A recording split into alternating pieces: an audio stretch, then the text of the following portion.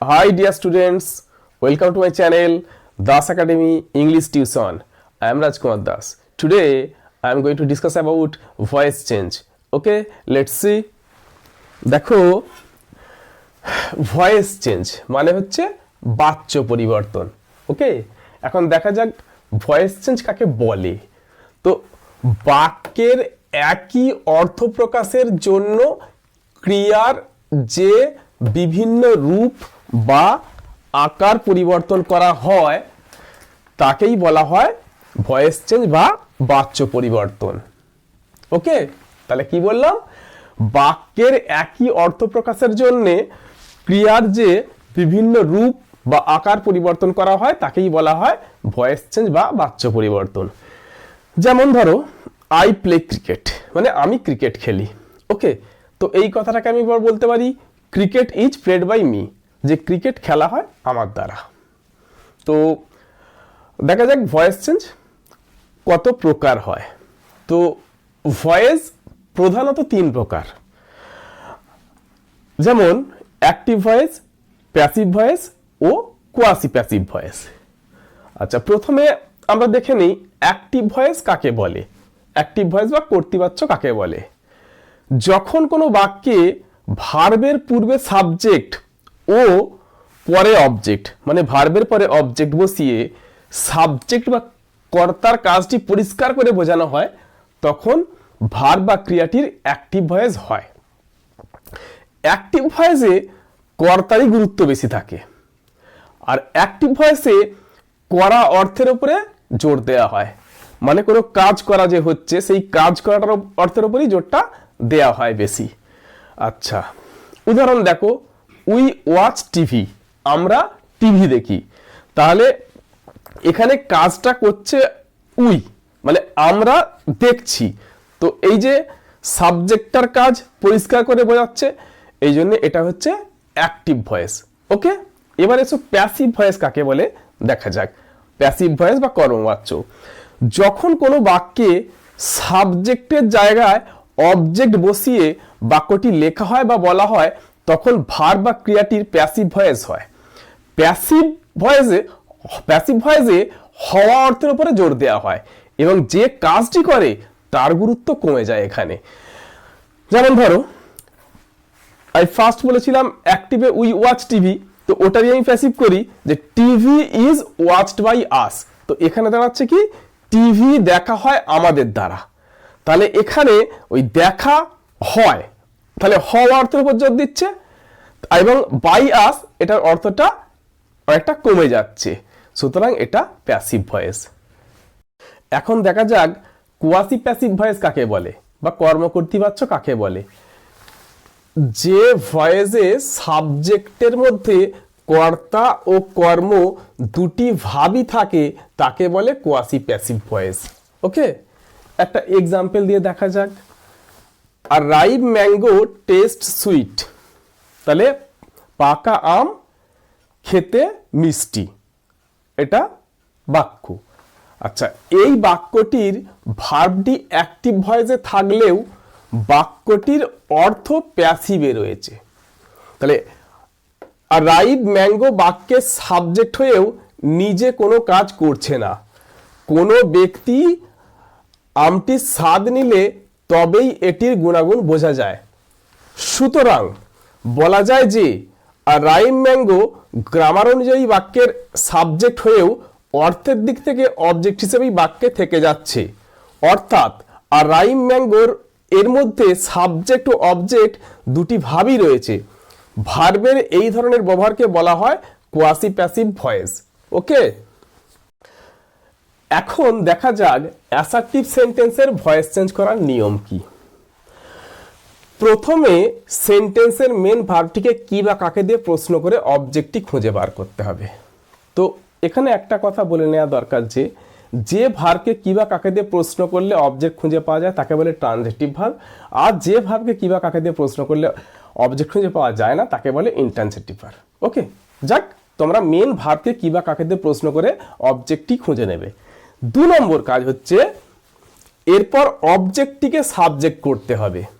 যে অবজেক্টটা তোমরা পেলে সেটাকে সাবজেক্ট করতে হবে। 3 নম্বর বলছে তারপর পরিবর্তিত সাবজেক্ট ও টেন্স অনুযায়ী অক্সিলারি ভার্ব বসবে। তো কি কি বসবে দেখা যাক। যদি সেন্টেন্সটা প্রেজেন্ট ইনডিফিনাইট টেন্স অথবা প্রেজেন্ট কন্টিনিউয়াস টেন্স থাকে তাহলে অ্যাম ইজ আর এর যে কোনো একটা বসবে। ওকে, আর যদি সেন্টেন্সটা পাস্ট ইনডিফিনাইট বা পাস্ট কন্টিনিউয়াস টেন্সে থাকে তাহলে ওয়াজ ওয়ার এর যে কোনো একটা বসবে। আর ফিউচার কন্টিনিউয়াস টেন্সের ভয়েস চেঞ্জ হয় না। যদি সেন্টেন্সটি প্রেজেন্ট পারফেক্ট টেন্সে থাকে তাহলে এখানে হ্যাভ হ্যাজ এর যে কোনো একটা বসবে। আর যদি সেন্টেন্সটি পাস্ট পারফেক্টে থাকে তাহলে এখানে হ্যাড বসবে সবার সঙ্গী। আর যদি সেন্টেন্সটি ফিউচার পারফেক্ট টেন্সে থাকে তাহলে এখানে শ্যাল হ্যাভ অথবা উইল হ্যাভ বসবে। ওকে, এবার চলে এসো 4 নম্বর পয়েন্টে। 4 নম্বর পয়েন্ট কি বলছে, যদি কন্টিনিউয়াস টেন্স হয়, সেটা যে কোনো continuous tense, present continuous tense হতে পারে, পাস্ট কন্টিনিউয়াস টেন্স হতে পারে, ফিউচার কন্টিনিউয়াস টেন্সের ভয়েস চেঞ্জ হয় না, তাহলে প্রেজেন্ট কন্টিনিউয়াস টেন্সই হোক আর পাস্ট কন্টিনিউয়াস টেন্সই হোক, তাহলে এরপর বিইং বসবে। তার মানে এই অ্যাম ইজ আর অথবা ওয়াজ আর এর পরে বিইং বসবে। ওকে, দেখো 5 নম্বর পয়েন্টে এসো। যদি পারফেক্ট টেন্স হয় তাহলে এরপর বিডব্লিউএন বিন বসবে। তাহলে কি বলছে, পারফেক্ট টেন্স হলে যদি প্রেজেন্ট পারফেক্ট টেন্স হয় হ্যাভ হ্যাজ যে কোনো একটা বসবে, তারপরে বিডব্লিউএন বিন বসবে।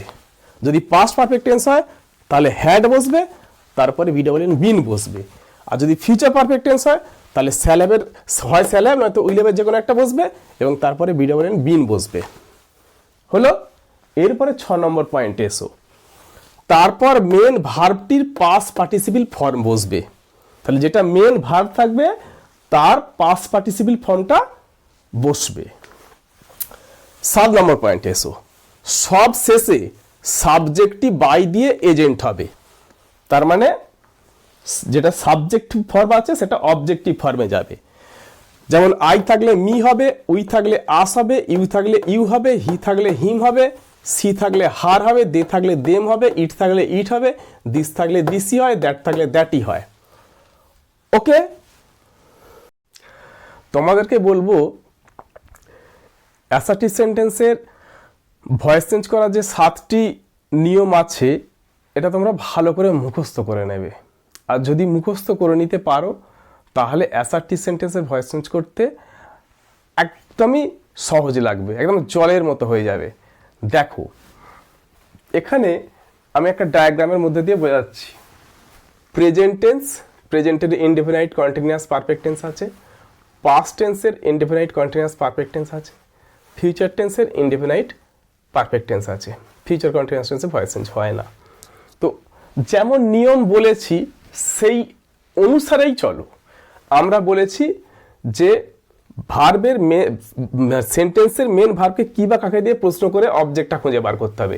তাহলে আমরা প্রেজেন্ট ইনডিফিনাইট টেন্সে দেখি কি আছে, হি রাইটস এ লেটার। তো এখানে ভার্ব হচ্ছে রাইটস, একে আমরা কি বা কাকে দিয়ে প্রশ্ন করে কি উত্তর পাই দেখা যাক।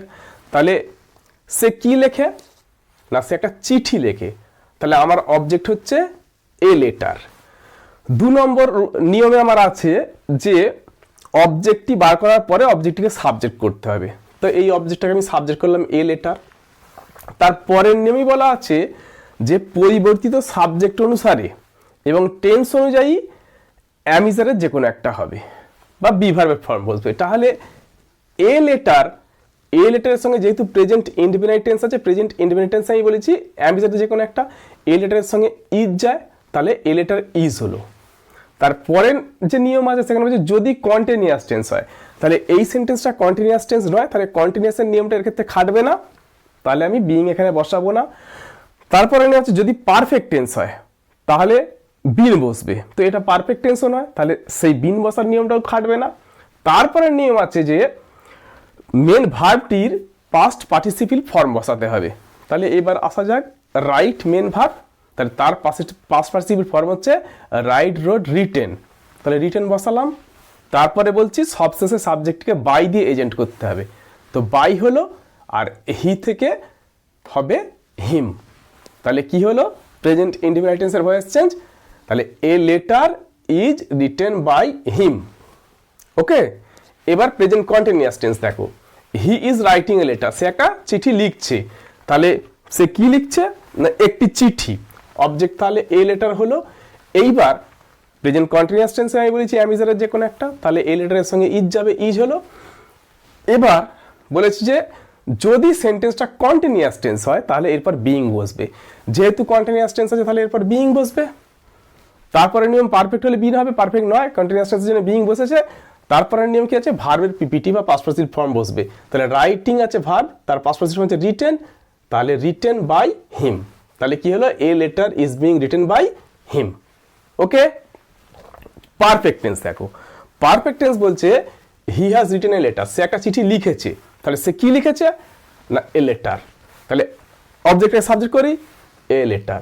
আচ্ছা, পারফেক্ট টেন্সে হ্যাভ এর যে কোনো একটা হবে, এ লেটারের সঙ্গে হ্যাজ যাবে, হ্যাজ গেল। আচ্ছা, পরবর্তী নিয়ম ওখানে বলা আছে অক্সিলারি ভার্বের পরে কন্টিনিউয়াস হলে বিইং হবে, পারফেক্ট হলে বিন হবে। যেহেতু এটা আবার পারফেক্ট টেন্স আছে তাহলে আমি বিন বসাবো, তাহলে এ লেটার হ্যাজ বিন, তারপরে ভার্বের পাস্ট পার্টিসিপল ফর্ম রাইট থেকে রিটেন আর বাই হিম, তাহলে হলো a letter has been written by him. Okay, বোঝা গেল? যদি প্রেজেন্ট ইনডেফিনাইট টেন্সটা প্রেজেন্ট টেন্সটা যদি বুঝতে পারো, প্রেজেন্ট ইনডেফিনাইট কন্টিনিউয়াস ও পারফেক্ট টেন্স, তাহলে পাস্ট টেন্সটাও অতি সহজে বুঝে যাবে। একই নিয়ম দেখো, তো পাস্ট ইনডেফিনাইট টেন্সে হি রোট এ লেটার, সে কি লিখলো না একটা চিঠি লিখেছিল। তাহলে এ লেটার পাস্ট ইনডেফিনাইটের জন্য ওয়াজ হলো, তারপরে কন্টিনিউয়াস নয়, পারফেক্ট নয়, তাহলে বিইং হবে না, বিন হবে না, মেন ভার্বের পাস্ট পার্টিসিপল ফর্ম হবে written by him. Okay, past continuous টেন্সে দেখো কি বলছে, হি ওয়াজ রাইটিং আ লেটার।